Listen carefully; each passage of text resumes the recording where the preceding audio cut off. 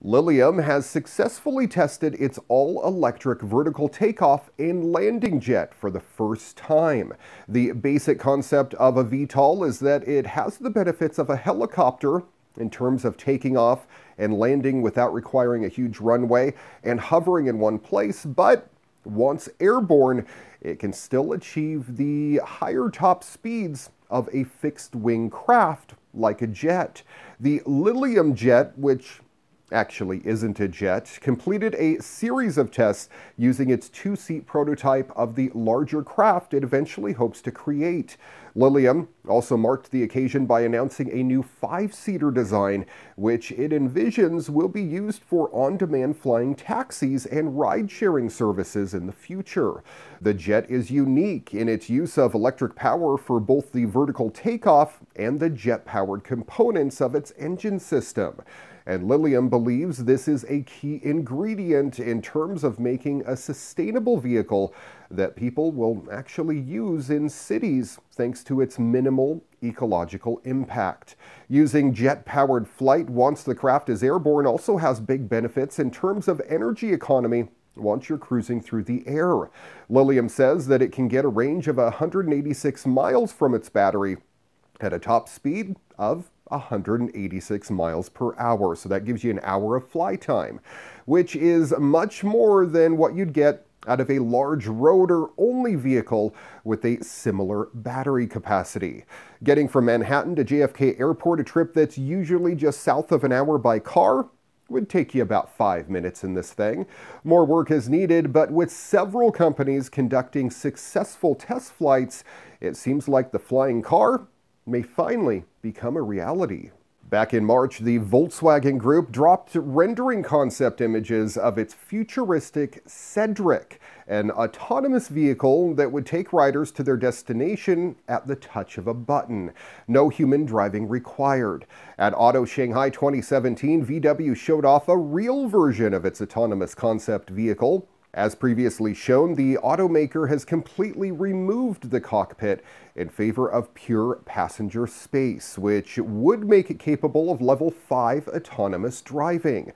The VW Group wants Cedric's autonomous driving to be so simple that passengers press a button to get it going. Cedric will drive the children to school and then take their parents to the office, look independently for a parking space, that's its biggest kicker in my opinion, and collect shopping that has already been ordered. It will also pick up visitors from the airport and your kids from practice, all at the touch of a button with voice control or with a smartphone app, fully automatically, reliably, and safely. While this vehicle is just a concept, it's a realistic precursor to a future where we climb in our car, set a destination, and let it carry us away. And in more TV news this week, just more than 3 years after the latest revival of the X-Files was announced, Fox said recently a new 10-episode run will start production this summer. Iconic characters, rich storytelling, bold creators, these are some of the hallmarks of great TV shows, and there's some of the reasons why the X-Files has had such a profound impact on millions of fans worldwide, including myself.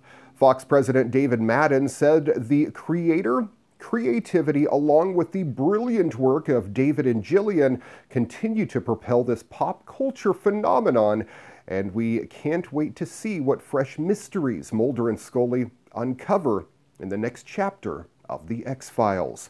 Technically the 11th season of The X-Files, this new run will air on Fox's schedule either later this year or early next.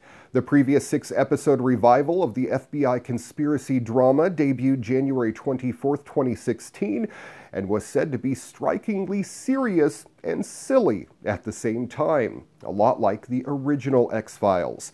If you were a fan then, you will love the newest season.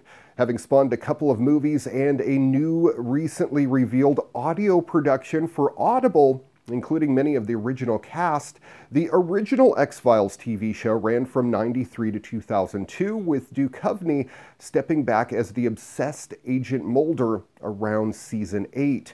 With the recent news, this will prove a very busy 2017 for Anderson, who also has a pivotal role as the god Medea in the first season of Star's American Gods.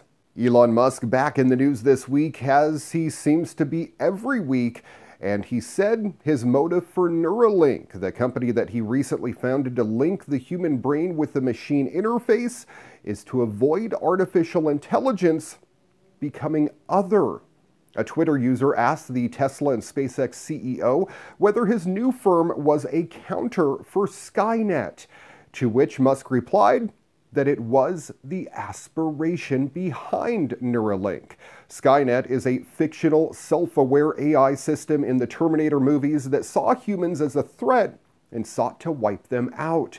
Last week, Musk outlined his plans for Neuralink in an interview with the website Wait But Why.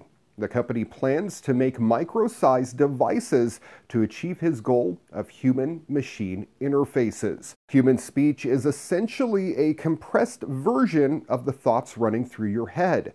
Musk's plan would allow humans to communicate their direct thoughts with each other. Musk says, if I were to communicate a concept with you, you would essentially engage in consensual telepathy. You wouldn't need to verbalize unless you want to add a little flair to the conversation or something else. But the conversation would be conceptual interaction on a level that's difficult to conceive as of right now. The tech entrepreneur has on several occasions warned of the threat that AI could pose to humanity. In February, Musk hinted at his plans for Neuralink, saying that humans would need to merge with machines or risk becoming irrelevant. And for the geekiest of you science fans out there, 6 teams from around the world took place recently in the first ever Nanocar race in France. They competed for almost 36 hours on the smallest racetrack ever made, a gold plate specifically engineered for the occasion.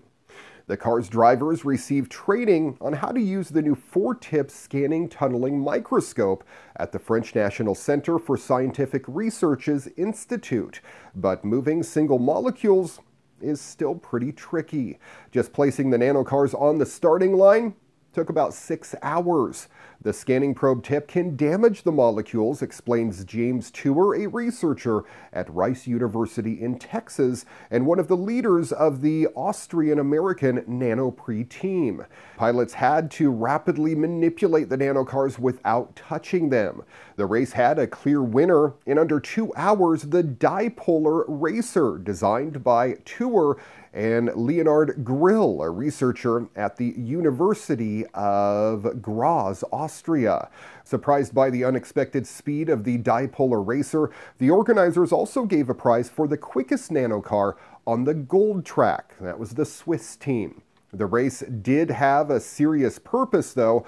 The 4-tip STM allowed the researchers to perform some molecular manipulation feats never achieved before. Really, the big winner here was STM technology. The fact that the race could be run at all shows just how far this technology has come. A researcher at the CNRS and scientific director of the Nanocar race expects the race to lead to a number of publications. The drivers of the nanocars were also impressed by how many people the event reached. More than 100,000 people followed the race on social networks.